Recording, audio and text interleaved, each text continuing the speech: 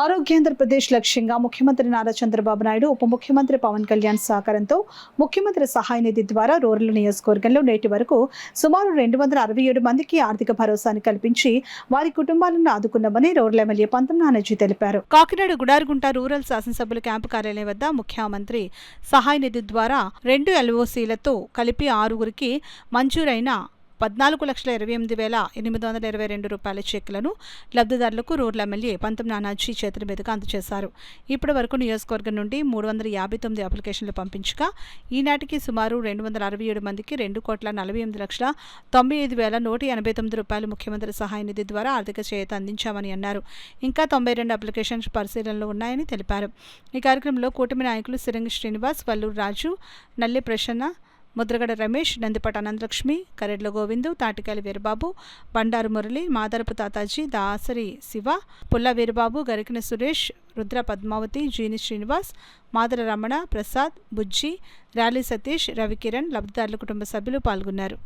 ప్రతి general hospital మీద కొంచెం ప్రత్యేక శ్రద్ధ పెట్టి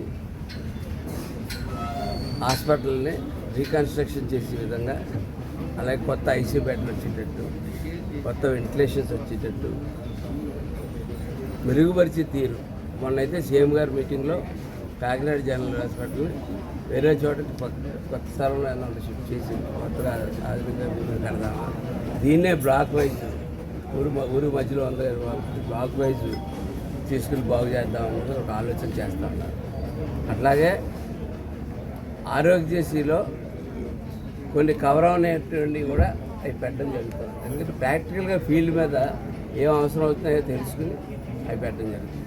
ఇవన్నీ కాక ఇట్లా ఏమైనా మిస్ అయిన పక్షంలో ఎక్కడైనా సీఎం రిలీఫ్ ఫండ్, నేను గతంలో కూడా చెప్పాను, ఇప్పుడు కూడా చెప్తా ఉన్నాను, ఒక సీఎం రిలీఫ్ ఫండ్ ఒక సీఎం దగ్గర నుంచి పెట్టి తేడం అంటే అది ఒక గగనం అయిపోయింది. గత 5 ఏళ్ళు అయితే అది కూడా లేదు. పాత 5 ఏళ్ళలో 19 నుంచి 24 వరకు అయితే ఈవేళ ఖచ్చితంగా సీఎం గారి దగ్గరికి ఆఫీస్కి పూర్తిగా వెళ్ళక అవసరం లేదు. ఎప్పుడైనా ఆయన క్రిటికల్ బ్యాక్ పెట్టుకుండి కొంచెం వెనకాల ఉంటే ఆయన కన్సిడరేషన్లో తీసుకోవడానికి తప్ప, మామూలుగా అయితే అక్కడ ఒక డెస్క్ కూడా పెట్టారు. ఆ డెస్క్లో వీలైనంత తొందరగా పూర్తి చేసి పంపుతా అన్నారు. ఈ రోజు దాకా సీఎం ఆఫీస్కి మన ఆఫీస్ దగ్గర నుంచి మన కాన్స్టిట్యున్సీ అయితే చాలు, వాళ్ళు ఎవరో కూడా ఏ పార్టీయో కానీ పార్టీలకు అతీతంగా ఎవరన్నా సరే వస్తే దాన్ని పట్టుకెళ్ళి ఇవాళ దాకా 359 అప్లికేషన్ పంపించాము. ఆ 359 అప్లికేషన్లో 267 మందికి 2,48,189 రూపాయలు విలువ గల చెక్కులు అందించడం జరిగింది.